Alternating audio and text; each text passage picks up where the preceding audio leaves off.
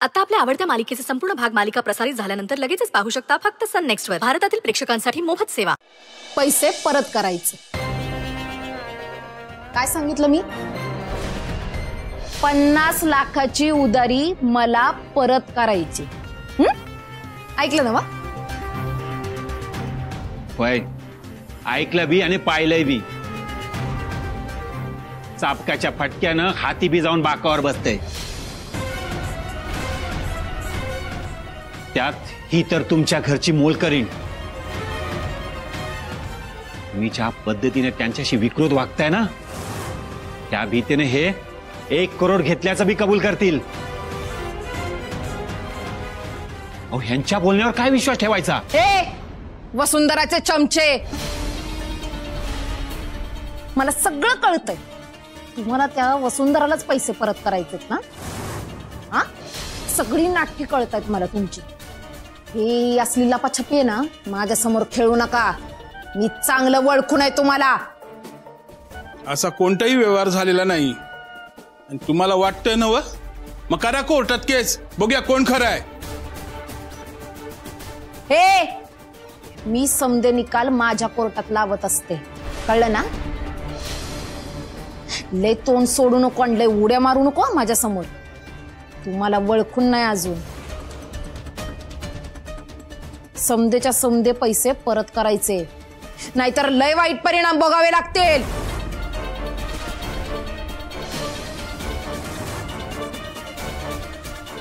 तुम्ही आमचं काय वाईट करणार? आजपासनं आम्ही तुमच्या संगत धंदा करणार नाही. तुम्हाला काय ऍक्शन घ्यायचे ते घ्या, आम्ही घाबरत नाही. चला.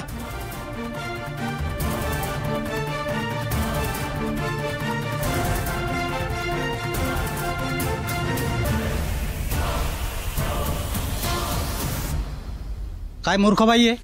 सावकारीचे व्यवहार सांभाळणारी ही आमच्यावर थेट आरोप करते. बघूच हिची काय मजा आलंय. नमस्कार मॅडम.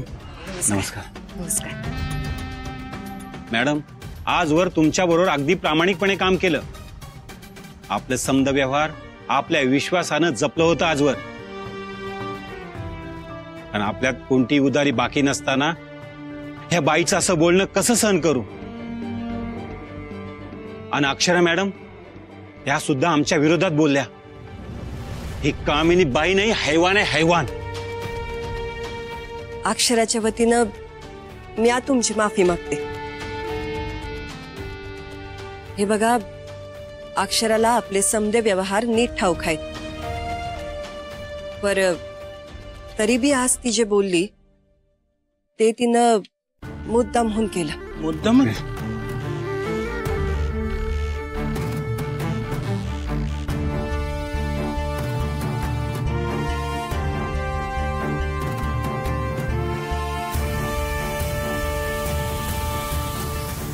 मॅडम, मग आता बघाच आम्ही काय करतो ते. नमस्कार.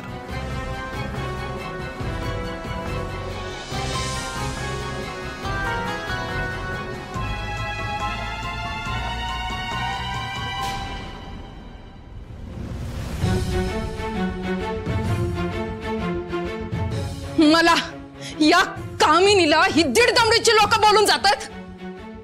यांना ना, यांच्याबरोबर कुणीच व्यवहार नाही केला पाहिजे. यांच्यावर बहिष्कार टाका.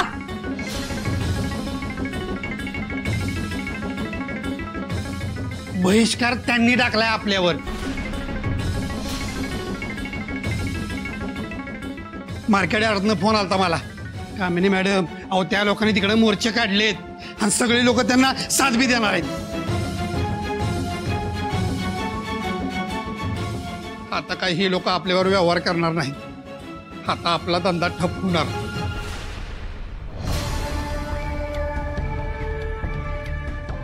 आपलं भवितव्य धोक्यात येणार.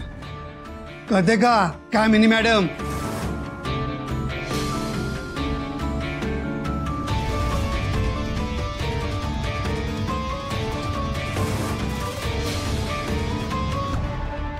ही तर फक्त सुरुवात आहे कामिनी.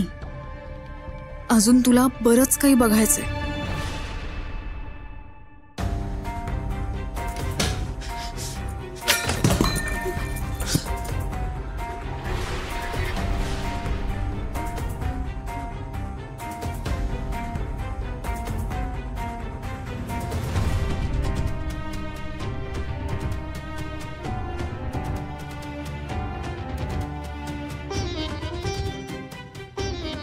कामिने, अगं आता चिडचिड करून काय उपयोग आहे हा? हे बघ तुझ्या मूर्खपणामुळे चांगलं आलंय बघ समज. स्वतःची कर्म आहे, दुसरं काय बी नाही. कामिने ऐक माझं, हे सगळं थांबव आता. हे सगळं थांबवू शकतेस तू आणि बघ सगळं नीट होईल. ऐकतेस नव कामिने? अगं येळीत सुधार. हे बघ दुसऱ्याचं सुख हिसकावून घेऊन त्याला त्रास देऊन आपलं कधी बी भलं होत नाही.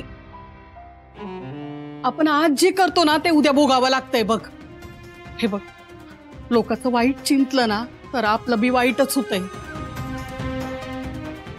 तुला कुणाचं चांगलं चिंता येत नसल ना तर वाईट तरी करू नगस बाई. हे बघ कामिने, तुझं भलं कशात आहे ते ओळख आधी. बंद करा तुझी बडबड. तुझं ज्ञान ना तुझ्याकडे ठेव. माझ्याकडे पाजळायची गरज नाहीये, कारण मला त्याची गरज नाहीये. मी अति शहाणपणा करत राहिलीस ना तर मी विसरून जाईल की तू माझी आई आहेस. आणि मग सगळ्यांच्या आधी ना तुझं काहीतरी बरं वाईट होईल माझ्या हातून. कामिने तू शांत राहा. हा, तेच तुझ्या भल्याच आहे. कामिने काय माणूस की हाय का नाही? स्वतःच्या आईशी असं वागतेस?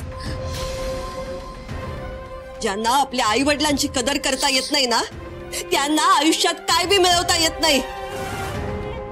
त्यांचा शेवट भयान पराभवानं होतो. लायकीत राहायचं, मोलकरीणेस ना, मोलकरणीच्या लायकीत राहायचं. आणि तुमच्या दोघींचं ज्ञान आहे ना ते माझ्याकडे पाजळू नका. रूम साफ करायला आली होतीस ना, तेवढंच काम करायचं आणि फुटायचं इथून. नको त्या गोष्टीत नाक खुपसायची गरज नाहीये. आणि माझ्या पराभवाची काळजी ना तू नको करूस.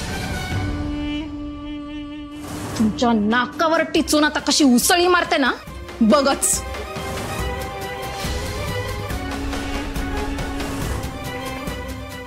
वैर आठवतं का? सांग की. हा, अरे वहिनी आपल्याला पहिल्यांदा भेटल्या होत्या देवळात, आठवतं? आपण का नाही देवळात पाया पडायला गेलतो आणि वहिनीकडनं का नाही चुकून तुझी बाईक पडली होती आणि मग तिकडेच बघ त्यांचा मोबाईल सापडला होता आपल्याला, आठवतं का? आणि त्यानंतर तुम्ही असं दोघं बी एकमेकाच्या समोर आला होता.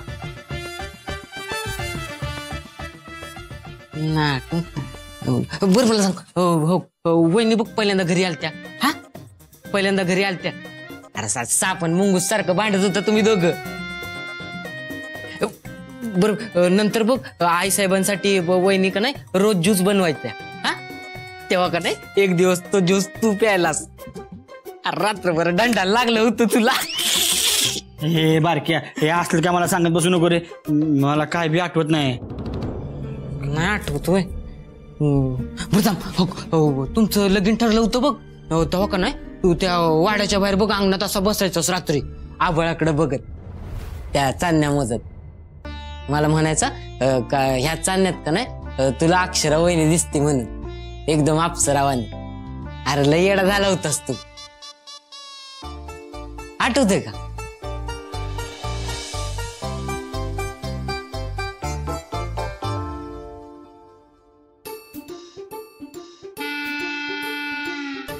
हे बारक्या असं हाणन की ना आता.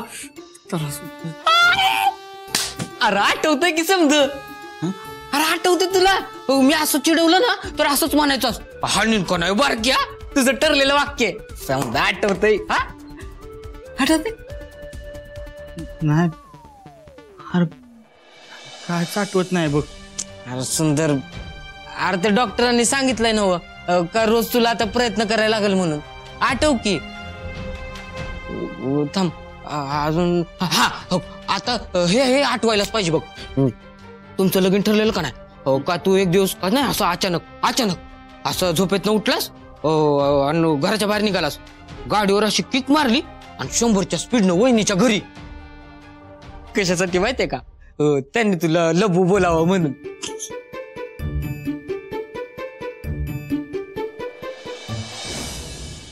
उसळी मारणार ती, आणि अगदी त्वेषाने. आणि हाच तिचा आतताईपणा तिला भोवणार. हे जे काही घडलंय ना, त्याने ती स्वस्थ बसणार नाही. तिला प्रचंड राग आलेला यायचा. मी तिला पुरती ओळखून आहे. यातच काहीतरी ती चुकीचा निर्णय घेणार आणि जे आपल्या पथ्यावर पडणार. कामिनी बेभरोशाची आहे. ती कधी काय निर्णय घेईल याचा अंदाज करणं अवघड आहे. खरंय तुमचं.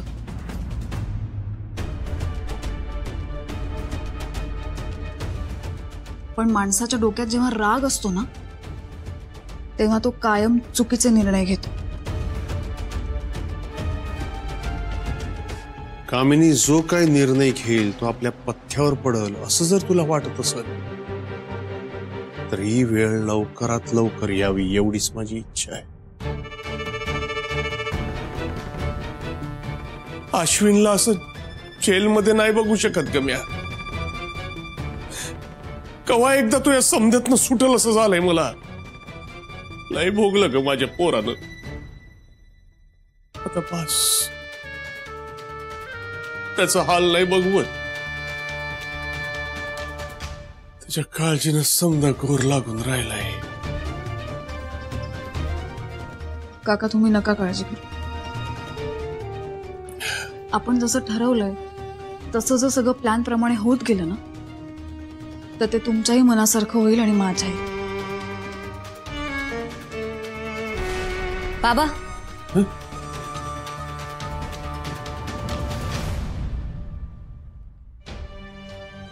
मी अश्विनसाठी लेटर दिलं होतं तुमच्याकडे. तुम्ही दिलत का त्याला? काय म्हणाला तो? नाही अजून नाही दिलं, पण देणार आहे लवकरच. तू नको काळजी करू. तुझं काय? जिथे तिथे आडवी आहेसच. कोणत्या तरी प्लॅन बद्दल बोलत होतीस ना? एकच सांगते, तू कितीही प्रयत्न कर, पण तुझा प्लॅन मी सक्सेसफुल होऊ देणार नाही. माझं आणि अश्विनचं प्रेम आहे एकमेकांवर, आणि त्या प्रेमाच्या बळावरती मी त्याला जेलमधून बाहेर काढते की नाही ते बघच. आमच्या प्रेमाची ताकद कळेलच तुला. शर्वरी, अश्विनचं कधीच तुझ्यावर प्रेम नव्हतं.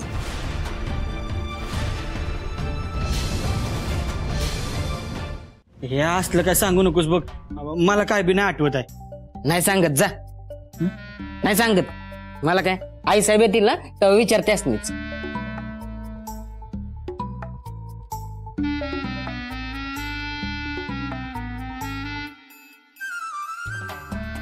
मॅच सांगू? सांगू? नाही ऐकायचं मला. जा.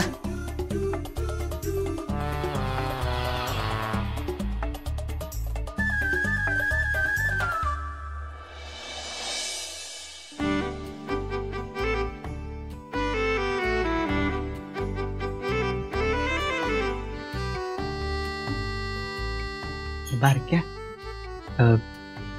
त्या तेव्हा मला आय लव्ह यू म्हणलं होतं का रे?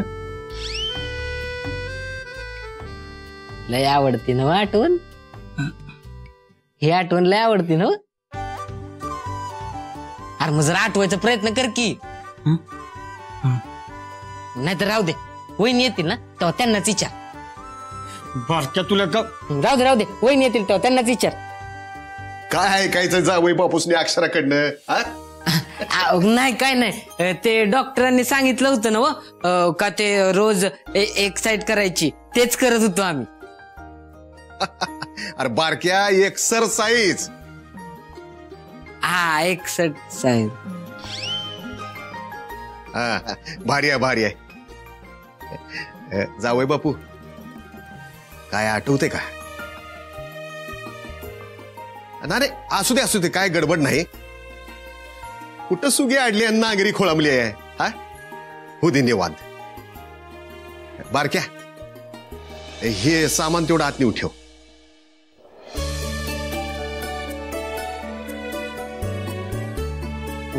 हे अरे किराणा भरलाय समजा. का का काय झालं? अहो नाही म्हणजे आई आणि वहिनींना आवडलं नाही तर? का नाही आवडणार? हे फक्त तुमच्यासाठी आणलेलं नाही. मी इथं रोज सकाळ संध्याकाळ जेवायला येणार आहे तुमच्या संग.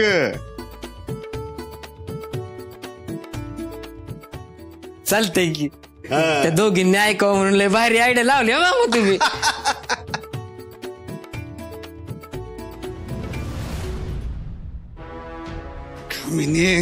कामिने काय करू तुझं? या कामिनीला डोसक्याचा भाग म्हणून नाही, नको तिथं अक्कल पाजळली ह्या चिचुंदरीनं आणि सगळं गोत्यात आणले. अगं मार्केट यार्डातला एक माणूस आपल्याबरोबर व्यवहार करायला तयार नाही. मी स्वतः त्यांच्या हातापाया पडलो, म्हणलं कामिनी राहिली बाजूला, माझ्याशी तरी व्यवहार कंटिन्यू करा. तर नाही, त्या कामिनीमुळं ह्यांनी मला बी लाताडलं. त्यांचं म्हणणं आहे की सूर्यवंशी घराण्याशी त्यांना काही संबंधच ठेवायचा नाही. संपलं सगळं. आता सगळा सोपडा साफ होणार. इस्कोटिस्को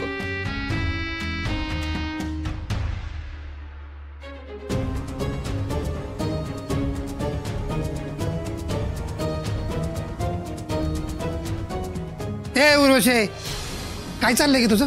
हा इथं जीव जाईस तर बोलायला लागलोय मी कोकलून. आणि तुझं काय लक्ष कुठं आहे तुझं? तुझी वेगळीच तारा चालू आहे. अगं निष्ठायला लागलं की सगळं हातातनं. या विचारा नाही का नाही माझा बीपी वर खाली व्हायला लागलाय आणि तू तुझ्याच नादात आहेस. गाढवाला दिसते उकिरड्यात घाण आणि घुशीच्या बुडाखाली सोन्याची खाण. काय? अहो जिथे मोठा लोचा होतोय ना व तिथंच संधी दडलेली असते बघा. म्हणजे समजून सांगायला लागतं या माणसाला. अहो ही आपल्यासाठी संधी आहे, आता ती साधून तिचं सोनं करायचं. उर्वशे, माझ्या डोसक्याचा ना आधीच भुसा झालाय विचार करून. त्यामुळं कोड्यात बोल नको, काय ते स्पष्ट सांग.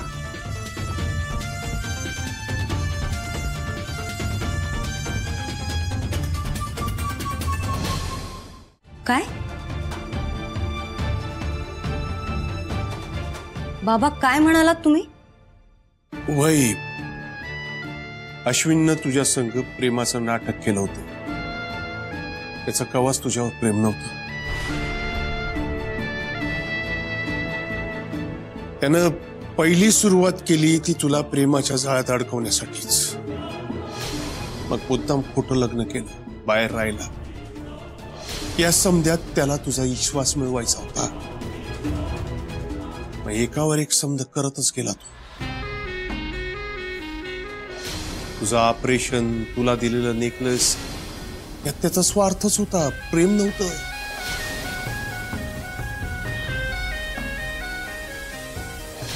अक्षरानं त्याचं हे नाटक उघडकीला आणलं.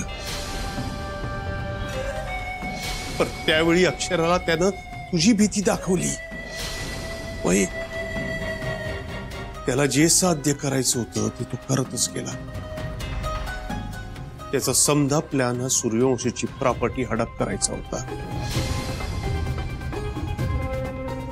आणि अक्षरा त्याच्या मार्गातला अडसर होती. म्हणून मग त्यानं अक्षरालाच बाजूला करायचा प्लॅन केला. आणि त्याच्या या प्लॅन मध्ये सुंदरचाच ऍक्सिडेंट झाला. आणि नंतर हे समज पुढ्यात वाढून ठेवलं. मला कळतंय आता,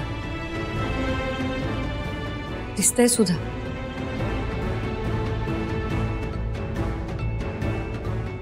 हिच्या दबावाखाली येऊन बोलताय ना सगळं? अगं नाही, तसं काय बी नाही, खरं सांगायलोय मी. बाबा मला माहितीये हिनं अश्विनवरून तुम्हाला कोंडीत पकडलं असणार. अगं नाही, काका जे काही सांगतात ते सगळं खरं आहे शरू. मी तुला इतके दिवस हेच सांगायचा प्रयत्न करत होते, नाही ऐकून घेतलंस. तुझी मनस्थितीच नव्हती, मग मी प्रयत्न सोडून दिले. बास, तू आणि तुझे विचार काय आहेत हे चांगलंच कळून चुकलंय मला. तुझ्या या स्वार्थी विचारांसाठी तू या घरातल्या माणसांना वेठीला धरतीयस. माझं बोलणं पूर्ण झालेलं नाहीये. आजवर तू माझ्या आणि अश्विनच्या प्रेमाच्या आडालीस. आमचं नातं तू कधीच एक्सेप्ट केलं नाहीस. पण एक लक्षात ठेव, तू आमचं प्रेम कधीच खोटं सिद्ध करू शकणार नाहीस. कारण आमचं खरं आणि जीवापाड प्रेम आहे एकमेकांवर, आणि ते तुला कळेलच. शर्वरी, हे बघ बाबा, तुम्ही हिच्या कसल्याच दबावाखाली येऊ नका. आमच्याबद्दल ती वाईट विचार करते आणि ती आपल्यासाठी तशीच राहणार आहे. ती आपला कधीच चांगला विचार करणार नाही.